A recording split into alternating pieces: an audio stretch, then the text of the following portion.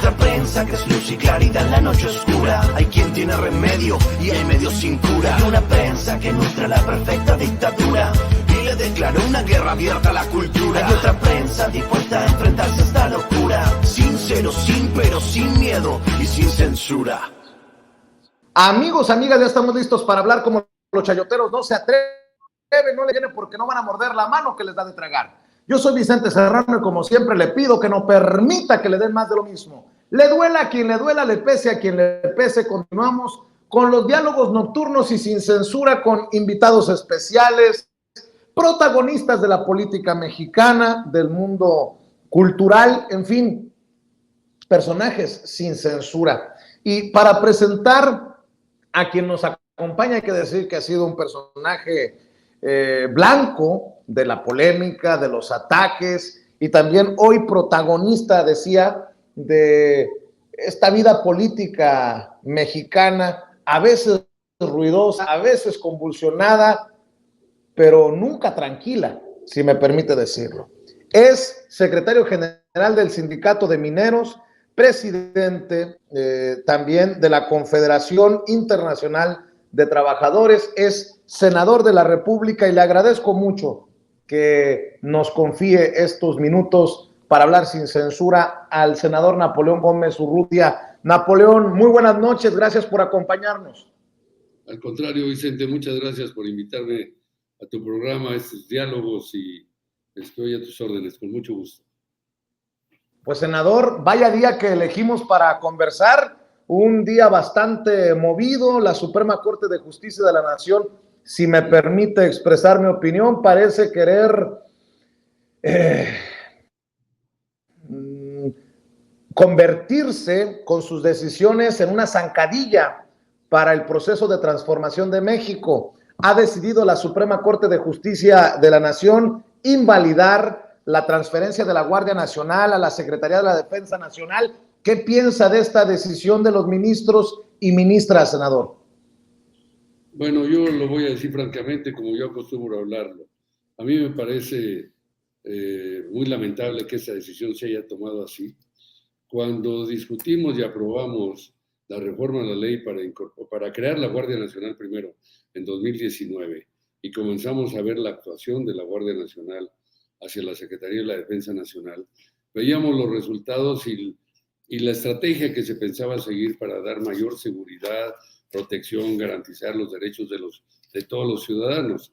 Y vimos que en el periodo de 2019 a 2022, por ejemplo, los delitos, una vez que la Guardia Nacional comenzó a actuar contra la integridad física, contra la salud, contra el huachicoleo, contra el narcomenudeo, contra la producción de drogas, contra los robos y asaltos, comenzaron a disminuir drásticamente.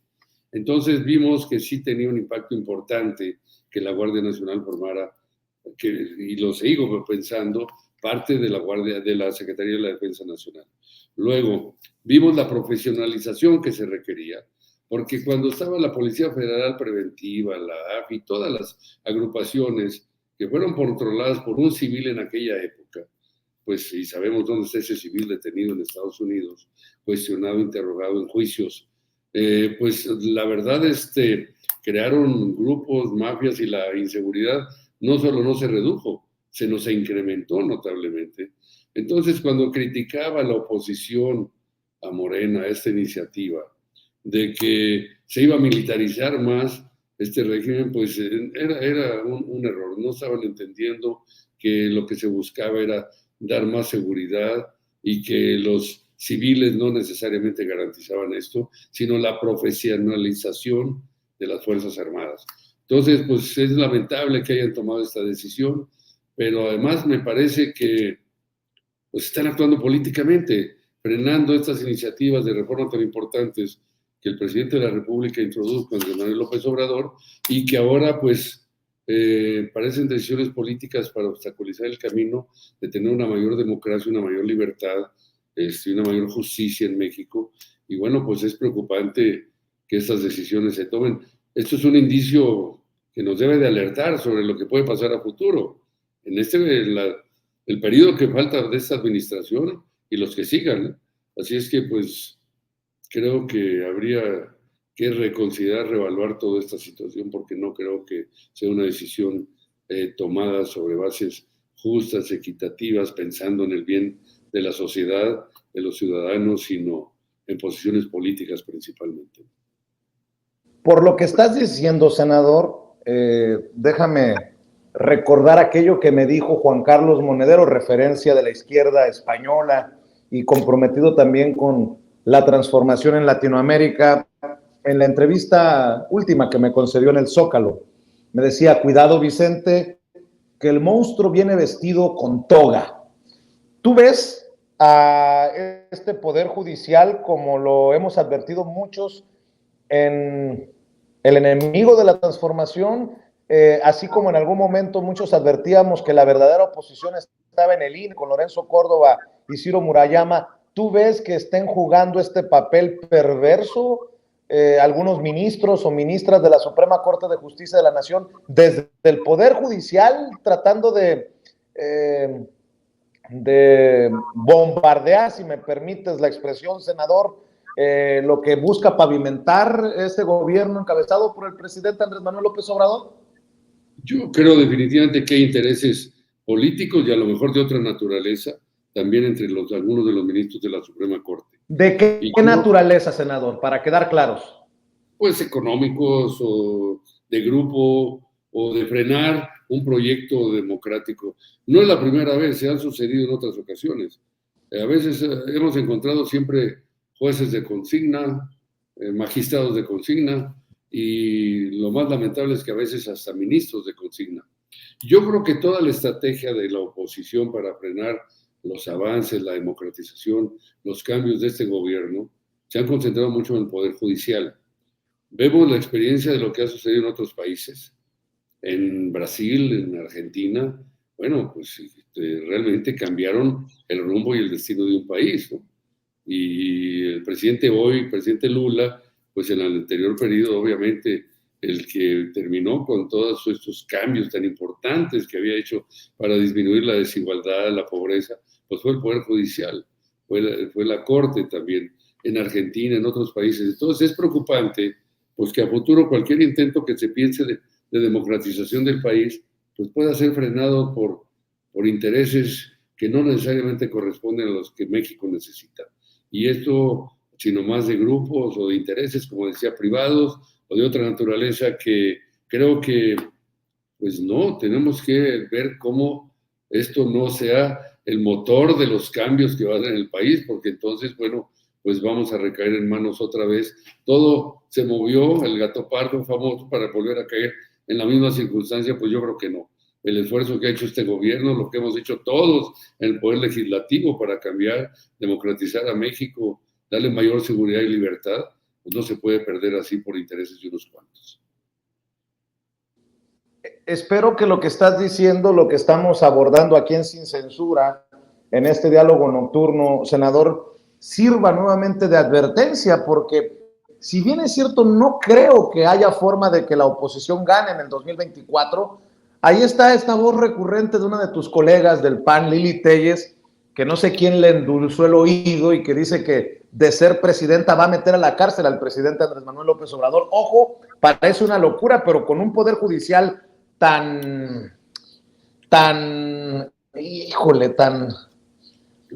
actuando tan extraño, pues, no me parecería tan descabellado. Pero bueno, dame tu opinión, senador, de esta oposición que grita mucho en el Senado, que en ocasiones convierte al Senado en un circo. Cuando no grita Lili Téllez, grita Yulen Rementería. Hoy estaban gritoneando, hoy, con lo del tema del INAI. En fin, una oposición que pues no construye. Es más, que no ni siquiera propone. ¿Qué opinión tienes tú de la oposición y de estos personajes, senador? Mira, han querido convertir al Senado de la República en un foro partidista de ellos, de defender causas a veces indefendibles, pero que les da, no sé, atención o tiempo en los medios de comunicación. Digo, hablar de senadoras como la que acabas de mencionar, que han caído en la vulgaridad total, en una naturaleza corriente, que han degradado el nivel de discusión del Senado de la República. El Senado de la República, recordemos, desde que nació en el Imperio Romano, era un Senado de la gente sabia, madura, con experiencia para arreglar y ayudar los problemas de una nación. Aquí los han convertido en problemas particulares por la ambición descarada, a la que no van a llegar. Hagan lo que hagan, ni van a llegar al gobierno de la Ciudad de México, ni van a llegar, menos este tipo de senadoras agresivas y senadores que han buscado desacreditar al presidente, al gobierno, a las Fuerzas Armadas, a los propios senadores, colegas, y luego han brincado de un partido a otro, de un extremo a otro. Eso es algo que verdaderamente te da sospecha. Ya se volvieron instrumentos de esta oposición que obviamente está metiendo muchísimos recursos, y lo vemos, para que puedan echar abajo iniciativas y reformas como estas. Entonces, pues yo la verdad, mi opinión sobre ellas, la verdad es muy negativa, no sé, no creo que sea lo que el Senado ni el pueblo de México merece. Estas acusaciones, estos retos, así como se ponen de repente, bueno, no, es que ha sido una etapa muy complicada y va a seguir siendo ahora, porque conforme se acerque la decisión sobre los candidatos a la sucesión presidencial, a la sucesión en el gobierno de la Ciudad de México y en otros lugares importantes del país, pues van a continuar con eso. Pero muchos están, por supuesto, con consigna, financiados. Vemos que se oponen por oponerse. A veces no leen ni las iniciativas, no las conocen y argumentan para descalificar, para agredir. Bueno, eso no es de un senador decente, con ética, con moralidad, y ellas han estado demostrando, en particular estas 3 senadoras del PAN y otros más, que no están al nivel de lo que es y requiere el Senado de la República de un país como México. Estoy viendo que senadores y senadoras del PAN están buscando, no sé si se haya logrado reventar la sesión del día de hoy en el Senado ante la negativa, dicen, de Morena, la bancada de la que tú formas parte, Napoleón Gómez Urrutia, de elegir a los comisionados del INAI. Un INAI que hoy el presidente Andrés Manuel López Obrador dijo en la mañanera es una farsa, que no sirve. De hecho, ya hay una propuesta del presidente para que este INAI forme parte de la Auditoría Superior de la Federación. Vaya debates que se tienen que tener, pero con altura. Estaba viendo a Lili Téllez confrontando a Lucía Transvía de Baja California. Pareciera que como en la primaria pelear, ¿no? A ver, escúpele aquí. Qué bueno que Lucía no reacciona ante las, creo yo, son provocaciones, hablando precisamente de Lili Téllez, pero bueno, escucho tus comentarios, tus opiniones, senador. Mira, yo como te decía, Lili Téllez ha caído en este proceso de estar atacando, queriendo deslegitimar la participación de los senadores, las ideas, las propuestas. Es una provocadora, pues que todo el mundo sabe que ha trabajado y trabaja para TV Azteca y bueno, cree que con eso va a llegar. Imagínate que llegara una persona hacia la presidencia de la República de este país, o a la jefa de gobierno, o a una alcaldía, ya no sé, una gobernatura. ¿Con qué va? Con gritos, con sombreros, con palabras vulgares va a resolver esto. La verdad es que han convertido en un circo, lo dijiste al principio, han querido convertirlo, no lo van a convertir. No todos los senadores somos iguales y no todos hemos actuado de una manera inconsistente o ilegal, como ellos a veces acusan. Es una mentira. Entonces, es un papel protagónico que han hecho para llamar la atención y enfrentar, retar. Y claro, lo del INAI lo han tomado como una bandera. Era como cuando el INE no se toca. Pues se tocó y vimos toda la corrupción que había dentro.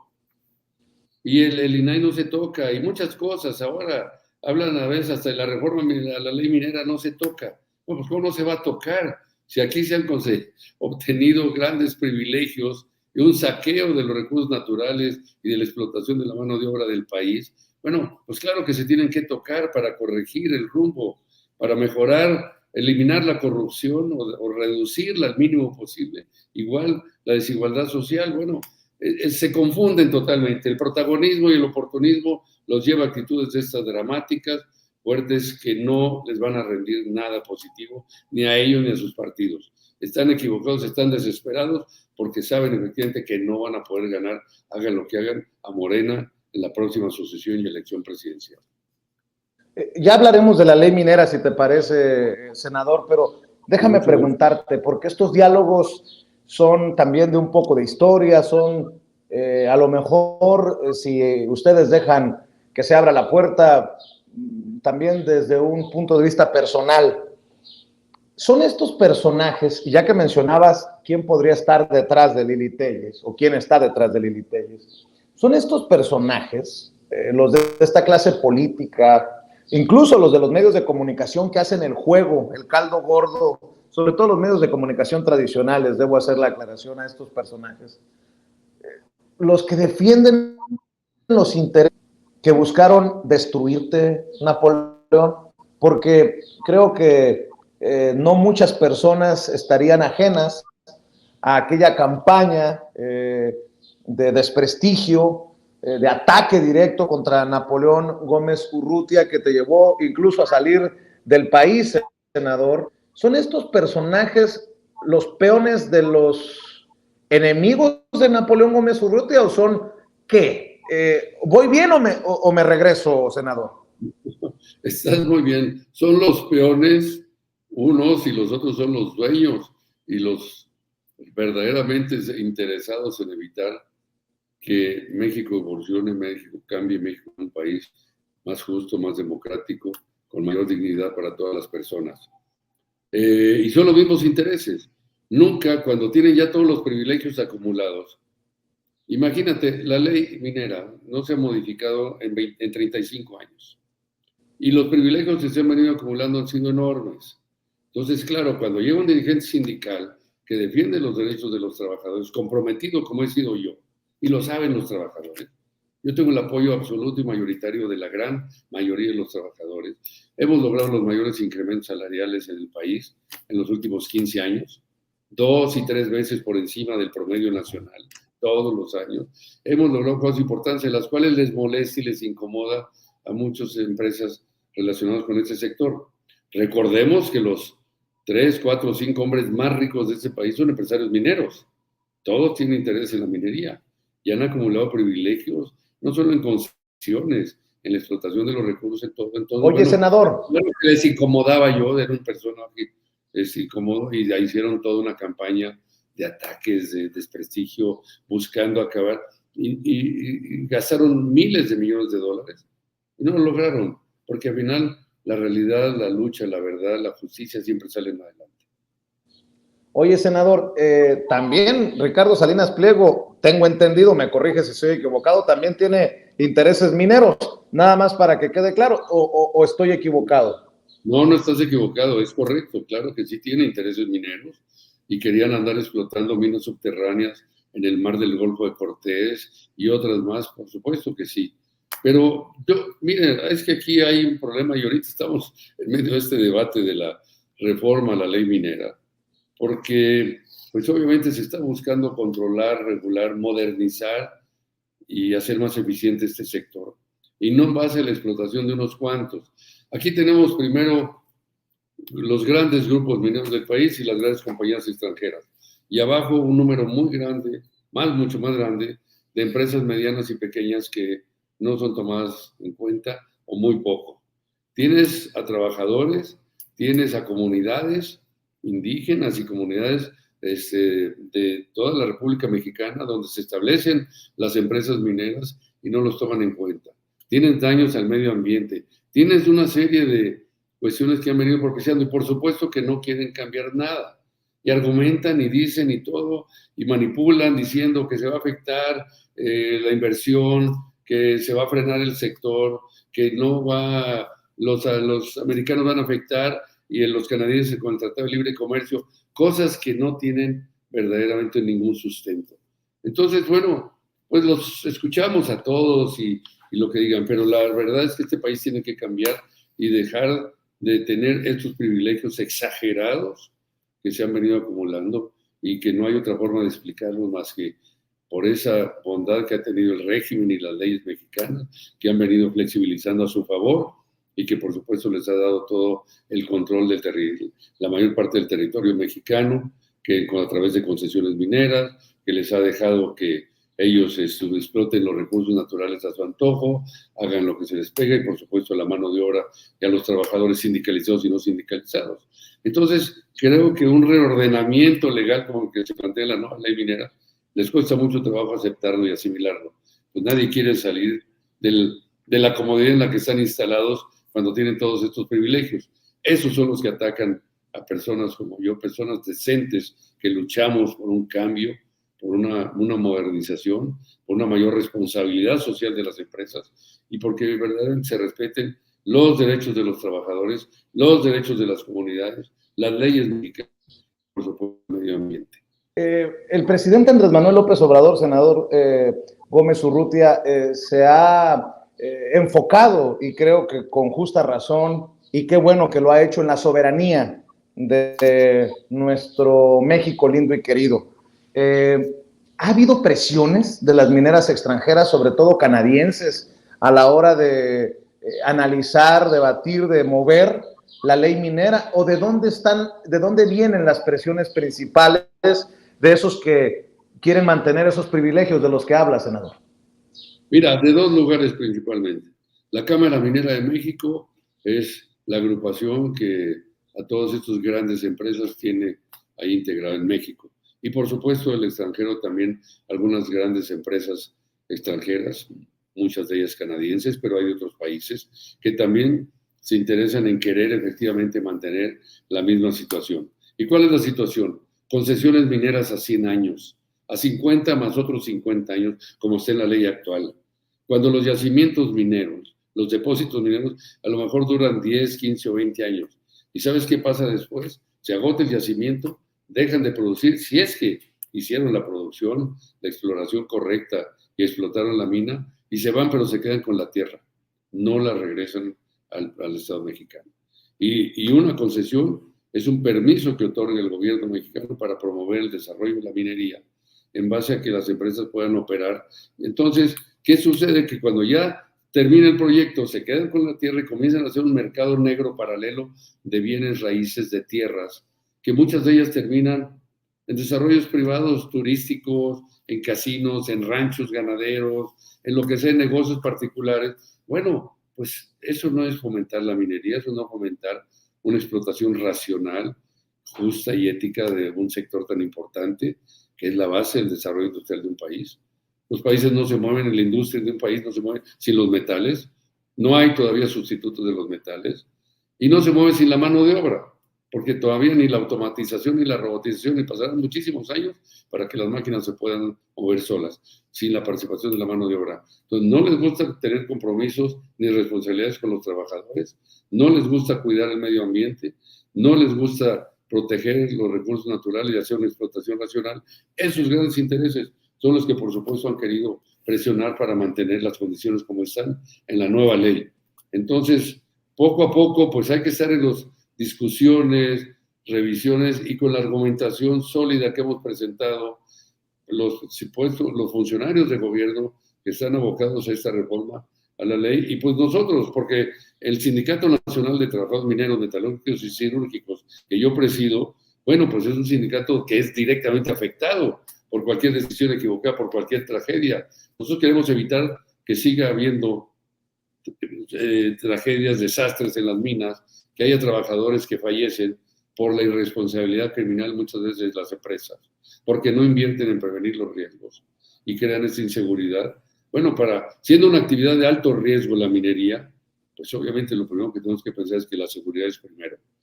Y eso es lo que a veces cuesta trabajo que inviertan, porque deciden que invertir en prevenir accidentes, en crear las condiciones adecuadas de trabajo, es un gasto, cuando debe ser una inversión en capital humano. Entonces confunden la ambición de producción, utilidades, los confunden y los vuelven insensibles a la necesidad social de cuidar, como decía, a los trabajadores, a las comunidades, al medio ambiente y respetar las leyes mexicanas. Eso es lo que se pretende cambiar con esta ley. Estoy casi seguro que a muchos en el negocio de la minería no les gustó cuando el presidente Andrés Manuel López Obrador, luego de que no avanzara la reforma eléctrica, anunciara la nacionalización del litio. ¿Cómo ves el tema del litio hacia el futuro? Hablando de empresas extranjeras, porque bueno, tenemos Litiomex que se va formando, que va avanzando, pero si me permite la expresión y sin afán de que esto se saque de contexto, todavía está en pañales esto, que en algunos lados como en Bolivia llevó hasta un golpe de Estado. Eso es lo que hemos sostenido algunos. ¿En dónde estamos parados en este tema y qué papel jugó, jugará o pretende jugar Napoleón Gómez Urrutia? Bueno, mira, el litio, como todos sabemos, es un mineral estratégico para el desarrollo de la industria, sobre todo la que tiene que ver con toda la fabricación de alternativas eléctricas, de las baterías de los coches, de las computadoras. Es un producto que le han llamado el oro blanco o el petróleo blanco del país, pero hay otros minerales estratégicos también, como el mercurio, como el uranio, en fin, más que el Estado mexicano pues ha querido ejercer la función de rector de la administración y la utilización y explotación de estos recursos. Y por eso ha hecho estas modificaciones, la nacionalización del litio, el conservar, por ejemplo, ahora en la ley minera que el mercurio también sea sujeto y controlado por el Estado mexicano, porque si no, pues esto se presta a cualquier cosa y seguramente con el uranio, que es estratégico, en fin. Entonces, yo creo que es muy importante que esto sea controlado por el Estado mexicano y claro que las empresas quieren tener toda la flexibilidad para hacer lo que han venido haciendo durante muchos años.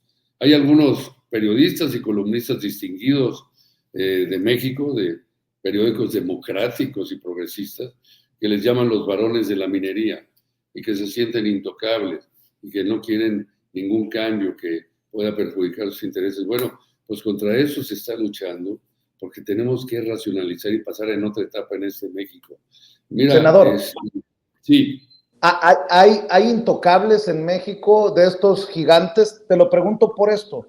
Yo soy originario de Sonora y recuerdo el caso del Grupo México. Nos envenenaron un río y de acuerdo a lo que yo sé, de lo que he recogido, pues Grupo México, si hizo o no hizo lo suficiente o no hizo lo que le correspondía y chinguese, permíteme la expresión, yo soy muy majadero, tú eres muy propio, Napoleón, y chinguese lo más jodido, que es la gente de esas zonas rurales, de esas zonas pobres, a eso me refiero. ¿Hay intocables en México o qué pasa en estos casos? Y sé que de eso estás al tanto, senador. Claro. Mira, no hay intocables, no debería haber intocables, pero en la práctica sí las hay. Efectivamente, ese derrame del río Sonora y toda la afectación a 22,000 personas, habitantes de esas poblaciones, nunca, no hubo una remediación del río, una remediación que se hizo más que nada de escenografía y se vistieron con batas blancas.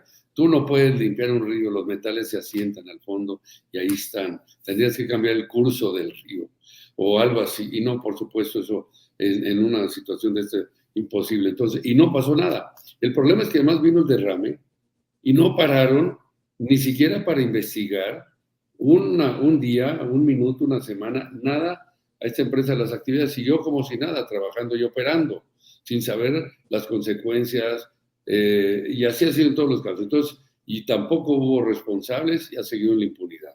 Ese es un caso real de impunidad.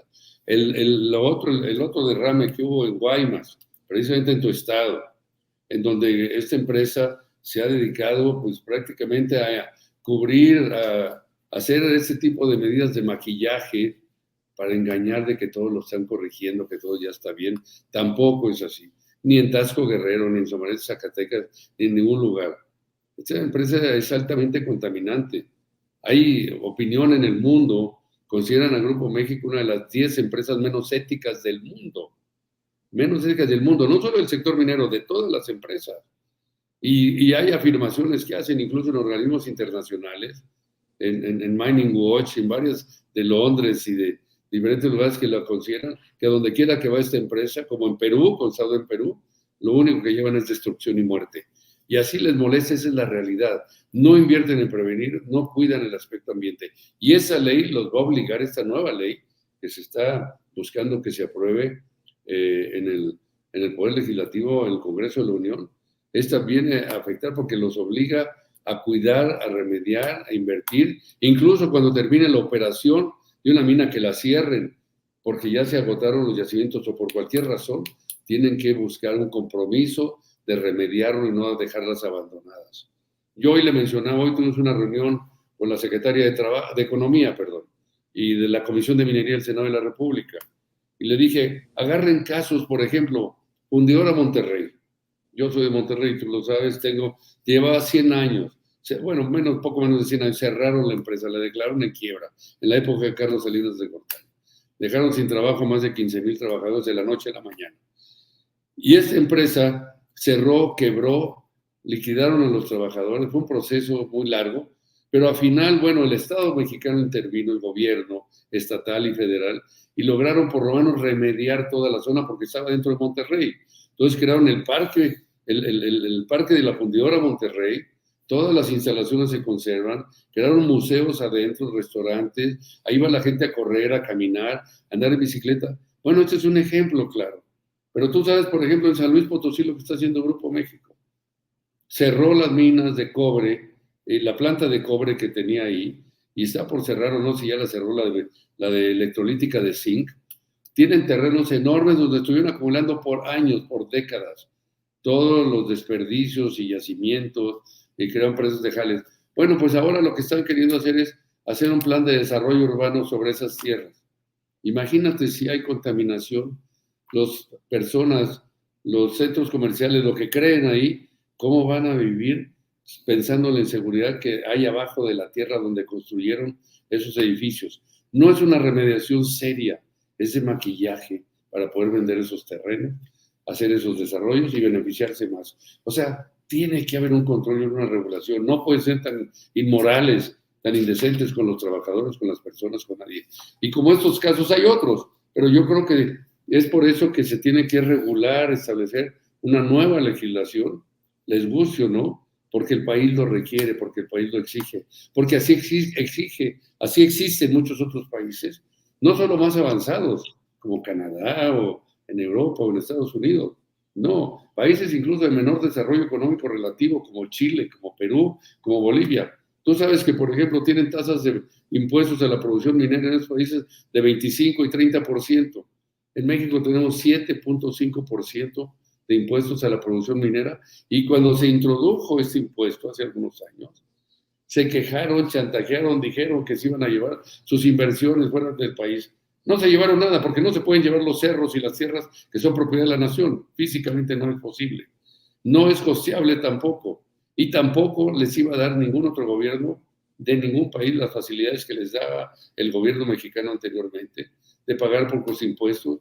Los derechos a la minería son mínimos, de que acumularan tantas tierras. Entonces, bueno, estamos viviendo algo que necesitamos cambiar, regular. ¿Por qué no piensan en México? Carajo, la verdad. Y ya dijo el presidente, carajo, no es una grosería. Entonces, bueno, ¿te acuerdas que dijo que carajo es un lugar que los marinos tenían allá donde castigaban a alguien y le decían, no, pues se van a mandar al carajo? Pero era un lugar como un tipo de cárcel o algo. Entonces, bueno, entonces una palabra. Pero digo, pues carajo, que no es posible que esto se entienda, se acepte. Y luego peor, ¿no? Pues Lo que dijo el presidente esta semana en la mañanera. Dijo, la fortuna que tienen acumulado refiriéndose a esto y a esta empresa Grupo México, no se la van a acabar en 1000 años. Entonces, es acumular por acumular, es como una obsesión enfermiza, y en Sonora han afectado dramáticamente a los yaquis, a las comunidades, los derrames, la apropiación de tierras. Bueno, porque Sonora es el estado minero más grande del país, pero tenemos otros muy importantes como Durango, como Zacatecas, como Chihuahua, muchos más, ¿no? Entonces, Hidalgo, en fin. Pero hay algo que reglamentar esto y evitar catástrofes, tragedias, descuidos. Entonces, bueno, pues hay que cambiar esto. Pero más que nada, hoy le decía yo a la Comisión de Minería, a la Secretaria de Economía, más que cambiar todo esto, hay que cambiar la mentalidad empresarial. Yo me acuerdo hace tiempo, cuando Carlos María Abascal, en la época de Fox, hablaba de una reforma laboral. Yo le decía, ¿sabe qué? Yo estoy en desacuerdo. Porque como se habla de una reforma laboral, es casi obligar a los trabajadores a apretense más el cinturón. Vamos a meter medidas que implican más sacrificios. No, le decía yo, lo que hay que hacer es cambiar la cultura patronal, una reforma de cultura patronal. Los empresarios se vuelvan, carajo, más humanos, se humanicen, se dignifiquen, que hagan algo. Y si no lo hacen voluntariamente, pues hay que modificar la legislación que los obligue a hacerlo, como en otros países. Mira, te doy un ejemplo más para acabar, que me extienda. En Canadá, en 1992, hubo una tragedia en una mina de carbón en Nueva Escocia, en Westray, se llamaba en ese pueblo, en esa localidad. Murieron 27 trabajadores mineros del carbón.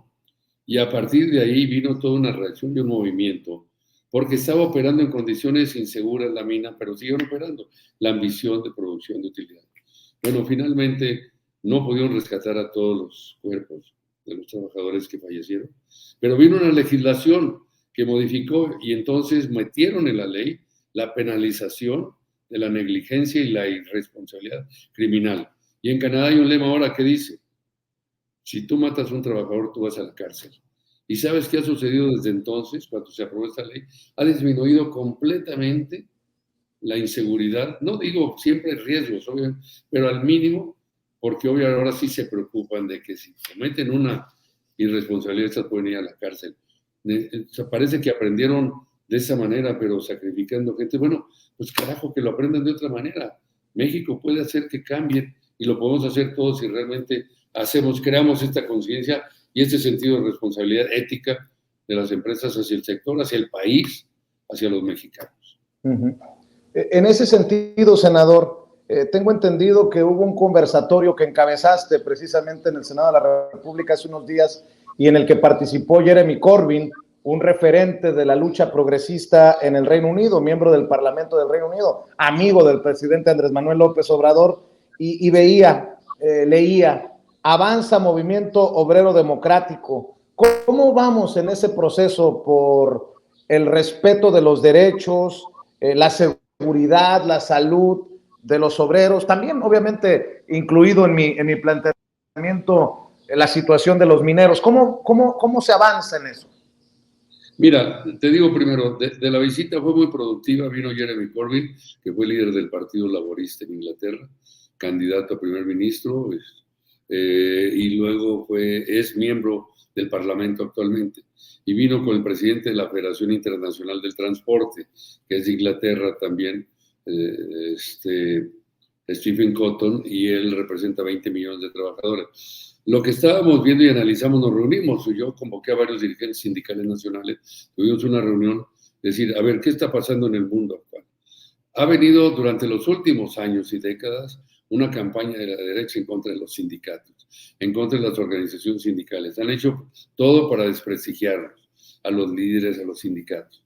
Y puede ser que en algunos casos tengan razón, se han cometido abusos, lo que sea.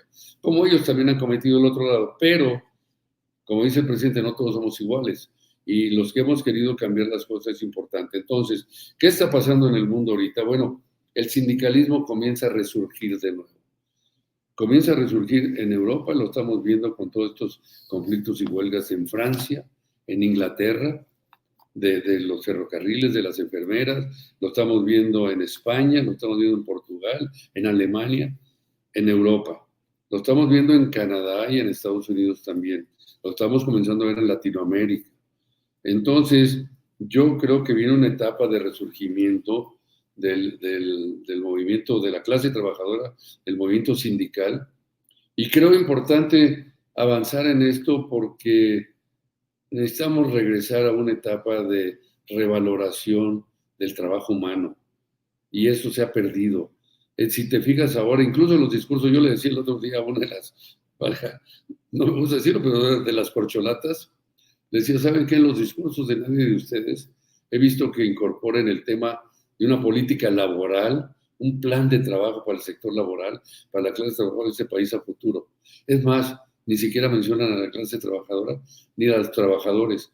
Simplemente, hoy mismo anunciaba la Cámara de Diputados, y está en todos los medios de comunicación ayer, el presidente de la Comisión de Energía y de la Comisión de Economía en la Cámara de Diputados, a donde mandaron la reforma de la ley minera como Cámara de Origen, decía, no, se va a suspender, cosa que no está totalmente confirmado ni comprobado, la aprobación de esta ley hasta el siguiente periodo.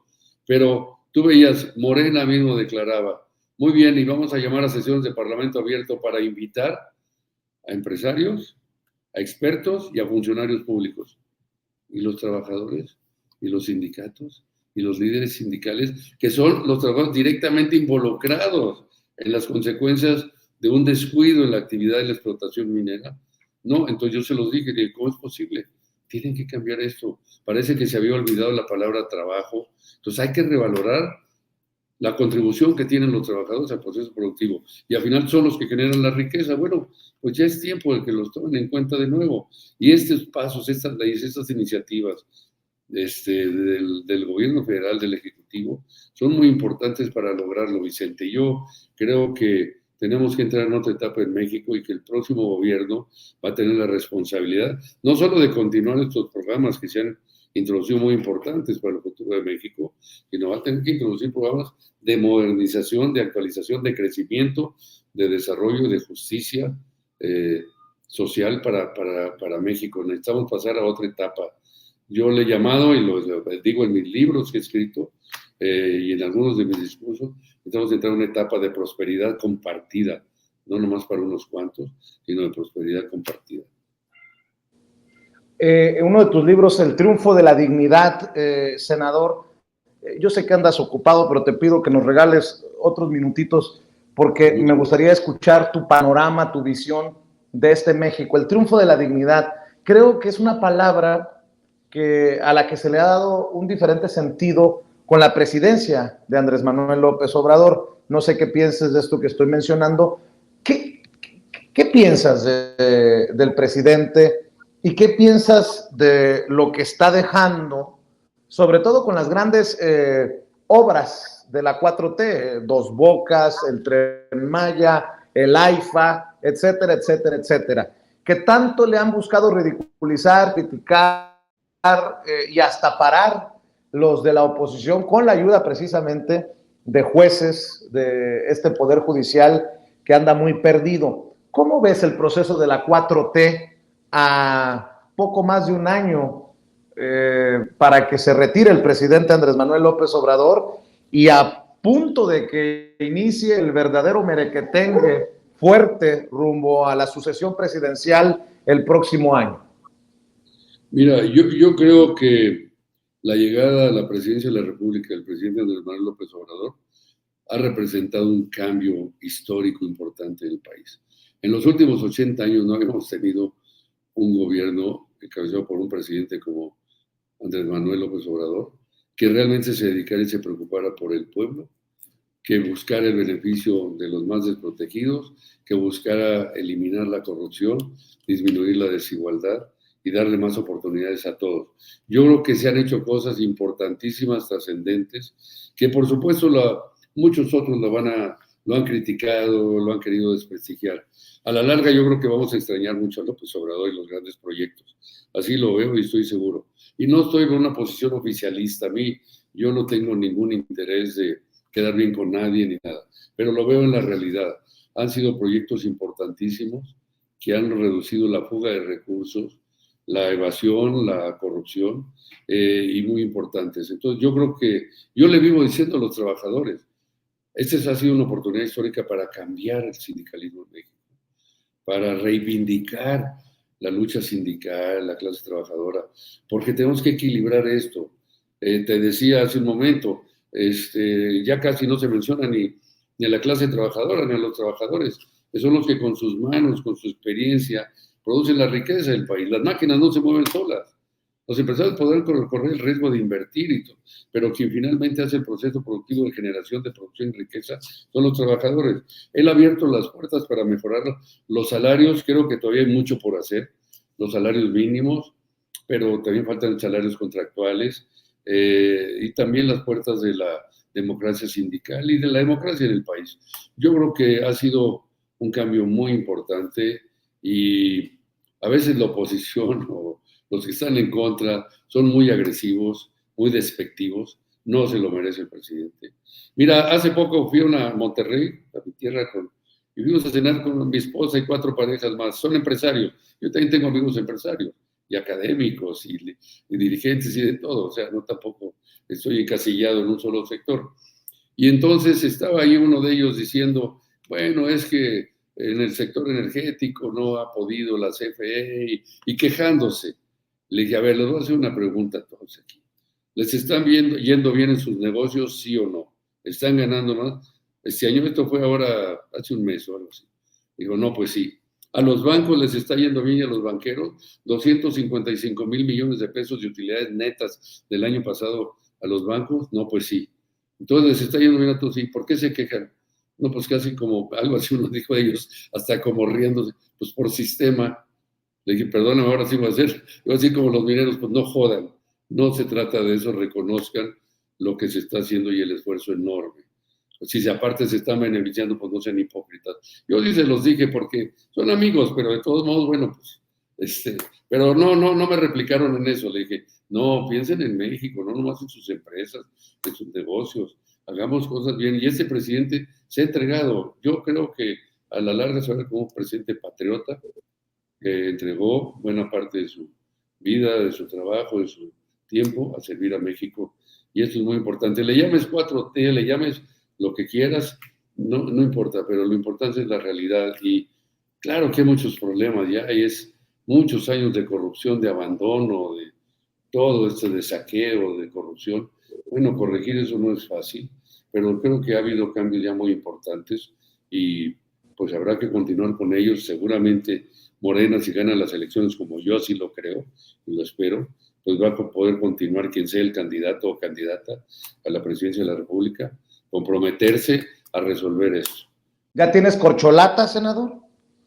No, fíjate que te voy a decir, la verdad tengo un sindicato muy democrático, aunque la gente diga lo que diga, cuando somos muy democráticos y transparentes. Nosotros siempre consultamos a los trabajadores, a las bases, antes de tomar una decisión. Pues apoyamos a todos, nos relacionamos con todos, tenemos buena relación con todos, pero no porque no podemos arriesgar y comprometer al sindicato, apoyar a uno y que no fuera eso y que a la larga en 6 años vengan represalias o mala situación o trato. No, el sindicato trasciende los gobiernos, como muchas otras organizaciones. Y creo que en ese sentido hemos tomado una actitud de decir, vamos a apoyar al candidato, el que sea, cuando sea el momento que proponga Morena, si realmente está identificado con los intereses del país y con los derechos de los trabajadores, sobre todo, que pues representando el sector laboral es lo que nos importa. Creo que eso no hemos tomado una definición, pero estamos bien con todos, nos llevamos bien con todos y hemos participado en diferentes eventos y actos con ellos y lo seguiremos haciendo. Hay que esperar, hay algunos que andan desesperados del sector laboral y de otros, ya buscando dónde cobijarse. Bueno, pues le apuestan, allá ellos a lo mejor no se sienten seguros con lo que tienen en su organización atrás o a quienes representan. Nosotros sí, porque hemos logrado grandes beneficios en favor de los trabajadores que representamos. Y en general, bueno, incluso con la clase trabajadora, por ejemplo, la decisión sobre vacaciones dignas, pues fue una decisión que impulsamos aquí en el Senado. Yo como presidente de la Comisión de Trabajo y Previsión Social del Senado, impulsamos lo de vacaciones dignas y benefició a todos. Hoy estaba leyendo que los trabajadores bancarios de Bancomer y de otros lugares van a recibir enormes utilidades, porque como le fue muy bien el año pasado, entonces pues la repartición, el reparto de utilidades va a ser mayor. Bueno, pues se han beneficiado muchísimos. De repente me llama un líder sindical allá en, no sé, en Pánuco, Veracruz, y me dice, oiga, lo mandan a salvar los trabajadores bancarios aquí en la sucursal donde tenemos nuestras cuentas. Le dije, ¿por qué? Dijo, porque están muy agradecidos.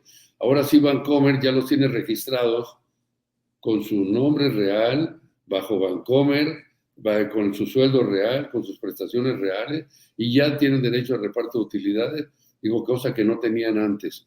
Porque tú sabes que de los 33,000 trabajadores que tenía Bancomer, ninguno estaba registrado con su nombre. Puras compañías, que fue otra ley que promovimos histórica, la de prohibir el outsourcing o la subcontratación. para dejar de simular y explotar a los trabajadores con empresas fachada y fantasma. Bueno, todo esto que hemos logrado ha sido muy importante para toda la clase trabajadora del país. Nos hemos dedicado a atender y a servir a todos, no solo a los mineros que yo represento, a los metalúrgicos o siderúrgicos. Entonces ha sido un esfuerzo enorme, pero me siento satisfecho y qué bueno que se dio la coyuntura histórica de ese gobierno. Como dijiste al principio, fui perseguido, fui atacado, me mandaron al exilio 12 años por defender lo correcto, los derechos de los trabajadores, los salarios, su bienestar, su dignidad. Y regresé como senador, que les molestó muchísimo la invitación del presidente López Obrador, pero además identificado con su proyecto, lo que quería hacer. Y ahora, a 4 años y medio de distancia, te digo, no siento que me equivoqué para nada, ni nadie de los trabajadores. Ahí estoy en esa foto, registrándome en el Senado, como senador de la República, precisamente el día que regresé. Y creo que se ha avanzado mucho en México.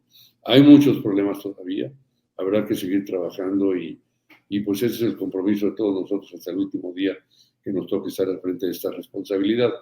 Como dirigente sindical, pues yo estaré al frente mientras los trabajadores así lo decidan. Yo soy electo por los trabajadores, no por las empresas, no por el gobierno, no por nadie. Son los trabajadores que democráticamente, en nuestra organización al menos, eligen a sus dirigentes de forma transparente. Senador, 2 cosas para agradecerte y cerrar este diálogo extenso, y ojalá que se repita más seguido, senador Napoleón Gómez Urrutia, para que entienda la audiencia de Sin Censura el nivel de buscapiés que te acabo de tirar cuando te pregunto si ya tienes corcholata. ¿A cuántos miles de trabajadores representas, senador? Mira, directamente del sector minero, a poco más de 250,000 trabajadores directamente, que por sus familias, pues ya sabes, representan más de 1 millón. Pero tenemos con la Confederación Internacional de Trabajadores, que también hace 4 años constituimos, la CIT, Confederación Internacional de Trabajadores de México, a la cual me nombraron presidente, más de 1 millón de trabajadores también afiliados en 4 años. Es una nueva organización democrática que agrupa a trabajadores de todos los sectores de actividad. Entonces, bueno, mira, curiosamente, los trabajadores, un día estábamos en una reunión, una asamblea en Puebla, y en Michoacán antes. Entonces comenzaron los trabajadores a decir, oiga, ya es tiempo de que todos los candidatos a puestos de elección popular, diputados, senadores, presidentes municipales, gobernadores, siempre nos llaman, nos piden que los apoyamos, y ya cuando llegan al poder se olvidan de nosotros. Si no es que hasta nos tratan mal o nos cierran las puertas. Bueno, yo quisiera, no pensamos, ¿por qué no nosotros tener nuestro propio candidato? Y comenzaron a manifestarse, y yo no sabía, intuí el sentido por dónde iban. Les dije, no, tranquilos compañeros, porque estamos en una situación, sabemos cómo se maneja la política, no somos improvisados y sabemos cómo se maneja en México. Entonces, pues a su debido tiempo manifestaremos claro, nuestra voluntad, nuestro deseo y analizaremos bien todas las alternativas que existen en México. Pero así fue, ¿no? Pero mira, los trabajadores así lo piensan, decir, oye, pues siempre nos utilizan, ni nos abandonan, ni nos dejan. ¿Y por qué entonces nosotros qué somos, no? Operadores, instrumentos. Nunca más. Así es. Por eso sí, hay que reivindicar los derechos de los trabajadores, hay que reivindicar la sociedad mexicana, hay que reivindicar la dignidad. Mi anterior libro fue El colapso de la dignidad, que fue toda la crisis, la caída, la corrupción de estos empresarios, el ataque, la persecución política toda. Pero con mi regreso como senador de la República, como presidente de esta Comisión de Trabajo y Previsión Social del Senado, como miembro de otras 4 comisiones importantes del Senado, de Economía, de Energía, de Minería, de Relaciones Exteriores, estoy en 5 comisiones, y todo el trabajo que hemos hecho y las iniciativas de ley, bueno, pues creo que venimos a contribuir en todo este gran proyecto que el presidente de la República inició y que habrá que continuar. Y creo que eso Déjame preguntarte, ¿qué le dices entonces a las personas en las que sí permeó la campaña en tu contra, no te bajaban de corruptazo, no querían meterte a la cárcel, y para aquellas personas que pudieron haber creído lo que se decía de Napoleón, ¿qué les dices? Lo que les digo que todo esto fue una campaña orquestada de desprestigio de unos cuantos empresarios aliados con los gobiernos corruptos de Vicente Fox y de Felipe Calderón, y que quisieron acabar con no solo conmigo como dirigente sindical, sino con la organización sindical. Quisieron apropiarse, creían que esto era una empresa como la que están acostumbradas a servir, del Sindicato Nacional de Mineros, que por cierto el próximo julio cumple 89 años de existencia. Y intentaron todo, desprestigiarte, atacarte, eliminarte incluso, amenazas hasta de muerte, y luego corromperte. Y como no lograron nada de esto, pues fue una frustración. ¿Te ofrecieron dinero? Sí, claro, muchísimo. Lo cuento en mi libro ¿Cuánto? Colapso de la Dignidad. No, ofrecieron muchísimo. Comenzaron, y lo digo así, con 10 millones de dólares, subieron con 20, terminaron con 100 millones de dólares, y hasta yo me sorprendí. Ahorita te digo quién me los ofreció y por qué. Porque lo cuento en mi libro, no tengo que ocultarlo. Y yo le dije, ¿a poco valgo tanto, 100 millones de dólares? Dijeron, es que tú representas algo que en México no habíamos visto. Y México no está preparado para tener líderes como tú. Líderes que son educados, que tienen carrera, que tienen estudios de posgrado, que hablan idiomas. Le dije, ¿México no está preparado? ¿O ustedes, los empresarios? Le dije, porque al final estaban pues Larrea, estaba Balleres, estaba Alonso Ancira Elizondo, y pues a lo mejor alguno que otro por ahí oculto. Mira, Ancira terminó en la cárcel en España 2 años y medio, ahora acaba de declarar ayer la quiebra de Altos Hornos de México, saquearon esa empresa, van a dejar cerca de 20,000 trabajadores directos sin empleo, les van a pagar, declararon ayer el juez de la quiebra, 40 días por su liquidación, por su contrato de años. Bueno, todo esto hizo ese señor que quiso atacarme y por supuesto hacer todo en mi contra. Y Gutiérrez, que ya no existe, están sus hijos al frente de la empresa. Larrea, pues quién sabe cómo esté y dónde esté. Pero yo me acuerdo y lo cuento, hay un proverbio viejo, no sé si es de la Biblia de algún lugar, que cuando me atacaban más, me decían los amigos que me respaldaban, los grandes líderes sindicales y políticos, no solo de Canadá, de Estados Unidos, de Europa, de América Latina, me decían, tú te sentarás algún día en la puerta de tu casa y verás pasar los cuerpos de tus enemigos. Pues ya los comencé a ver, y quién sabe cómo vaya a terminar esto. Yo les digo... Pues qué pedradón le acabas de tirar a Alonso Ancira, ¿eh? No, bueno, pues que se joda, quiso joder a los trabajadores. Tú sabes que en alguna ocasión el tipejo declaró en la calle, en unas entrevistas de banqueta, ¿y qué piensa de Napoleón Gómez Urrutia? Y se atrevió a decir, ojalá estuviera muerto. Yo lo demandé porque eso implicaba, lo consulté con mis abogados, una incitación a cometer un acto criminal, que lo hubiera dicho a ese grado, cínico, un tipo que verdaderamente hundió a la empresa, la quebró. Ahorita se están lamentando todos los trabajadores y por supuesto los proveedores y los contratistas a los que dejó embarcados, y Coahuila y Monclova y Coahuila y todo. Bueno, todo lo que quisieron hacer en contra de pasando. Yo actué siempre y le diría eso a todos aquellos que dudaron, y veo que la mayoría ya han cambiado de opinión, me han visto actuar, me conocen personalmente.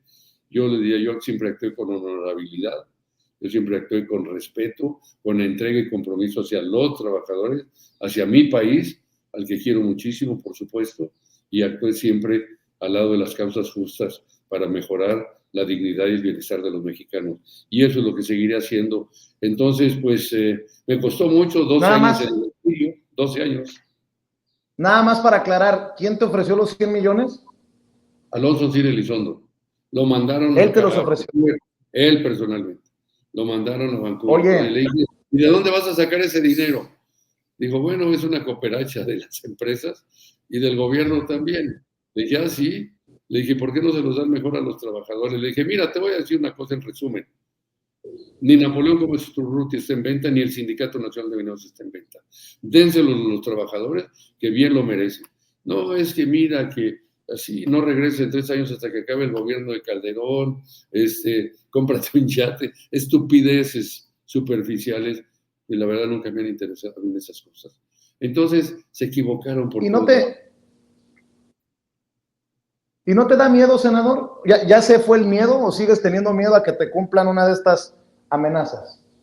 No, mira, nunca he tenido miedo y no me da miedo. Tomo mis precauciones de todos modos porque, pues nunca sabes, hay gente muy loca en ese país y estás hablando, pues, con los varones que no han querido ningún cambio en ese sector. Yo les he hecho un llamado al diálogo, a sentarse a resolver por la vía de la racionalidad, de la inteligencia, de la sensatez, de la responsabilidad social, a resolver esas cosas, y no se han sentido. Es que se acostumbraron durante muchos años a hacer lo que querían. Bueno, te digo una cosa, te la voy a decir, está muy fuerte, pero te la voy a decir, porque además lo cuento también en mi libro Corazón de la Dignidad. La última vez que yo vi a Germán Larrea fue en el año, creo que 2005. Me invitó a comer. Estaba recién inaugurado, tenía poco tiempo, un año o dos, el Four Seasons. Y fuimos al restaurante francés del fondo. Cuento una anécdota del vino ahí, muy chistosa, pero no la voy a platicar ahorita. Pero estábamos discutiendo, me llevó una propuesta de un sistema de bonificación para los trabajadores de Cananea, precisamente.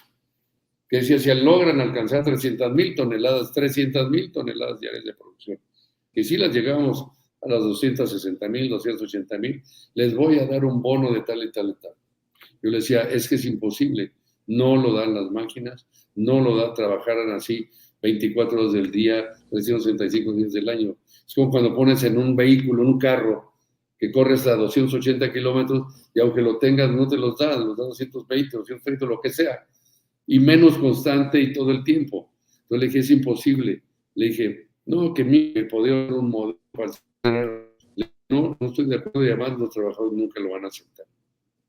Entonces, le dije, así les puedes ofrecer $1,000,000 a cada trabajador. Pues si es imposible alcanzarlo, es un engaño. No, que mira, que se lo llevamos a Fox, al presidente Fox, para que lo apruebe. Y le dije, a Vicente Fox se lo llevarías al presidente. Le dije, si no estamos de acuerdo, dijo, no, hombre, él sí lo va a aprobar. Le dije, ¿tú crees que lo va a aprobar? Y me contestó así, escuchen, ese pendejo hace lo que yo le diga. Germán Larrea, que lo digo y lo cuento en mi libro. Es así, a ese grado, al presidente de la República, sea quien sea, pero bueno, qué arrogancia, qué prepotencia. Pues así está, pues, lo recuerdo porque surgió el tema, pero está ahí en mi libro, lo narro. Claro que, pues estas cosas te obligan a tomar precauciones, ya sé que hay gente muy enferma y muy loca, pero pues tampoco comen lumbre cualquiera, ¿no? Ahí están viendo lo que les ha pasado a socios también, y no por mí, por el sistema, por los abusos, por los excesos que cometieron con los trabajadores, con las empresas, con los saqueos, con todo. Entonces, pues ojalá México, en esas tragedias como la de Pasta de Conchos, con los derrames en Cananea, en Tasco, Guerrero, San Bernardo, como todo esto no vuelvan a suceder jamás, ni en México ni en ningún lugar del mundo. Eso es lo que queremos. Carajo, ¿por qué no se dan cuenta de que queremos cambiar y hacer un mejor país para beneficio de todos los mexicanos? Pues, senador, me ha gustado mucho hablar sin censura contigo esta noche. Ojalá que se repita y muy pronto. Te agradezco que hayas tenido la confianza con tu servidor y que sigamos poniendo estos temas sobre la mesa que muchas veces, y lo dices bien, son olvidados. Pero nos vemos pronto aquí en Sin Censura. Por lo pronto te mando un abrazo. Con mucho gusto. Gracias, Vicente. Igual a todo tu auditorio y te lo agradezco mucho. Es una conversación muy interesante y bueno, pues así son las cosas. Hay que hablar siempre con la verdad. Yo creo que a veces los mexicanos tendemos a engañarnos en la política, a hacer cosas, pero yo creo que también, de todos modos, al final nos supera la realidad y la verdad y salen adelante siempre, como en mi caso. Así, con la frente en alto y desde luego buscando siempre respetar y rescatar la dignidad de todos los trabajadores y de mi familia también, que también fue muy atacada en todo esto. Pero muchas gracias por la oportunidad y claro que sí, con mucho gusto, seguimos en contacto. Nos vemos pronto en el Senado de la República. El senador Napoleón Gómez Urrutia hablando con nosotros sin censura. Gracias a usted que nos ve, que nos escucha, que nos sigue, pero sobre todo que nos aguanta. Continuamos con estos diálogos intensos, nocturnos y sin censura, porque creemos que son importantes que los protagonistas hablen aquí en este espacio libre como el viento. Le agradezco que comparta, le agradezco que le dé vuelo a estas transmisiones y que continúe aquí en Sin Censura TV. Buenas noches.